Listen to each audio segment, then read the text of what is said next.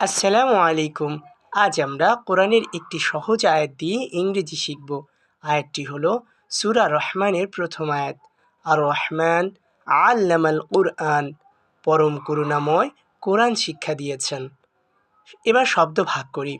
আর রহমান the most merciful, পরম করুণাময়। আল্লামা টট, শিক্ষা দিয়েছেন। আল কুরআন দ্য কুরআন।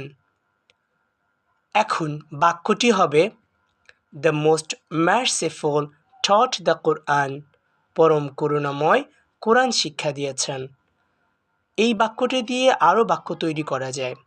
উদাহরণ হিসেবে বলা যেতে পারে the most merciful taught guidance, পরম করুণাময় পথ নির্দেশ শিক্ষা দিয়েছেন। The most merciful taught wisdom, পরম করুণাময় জ্ঞান শিক্ষা দিয়েছেন। চলুন আমরা আবার উচ্চারণ করি।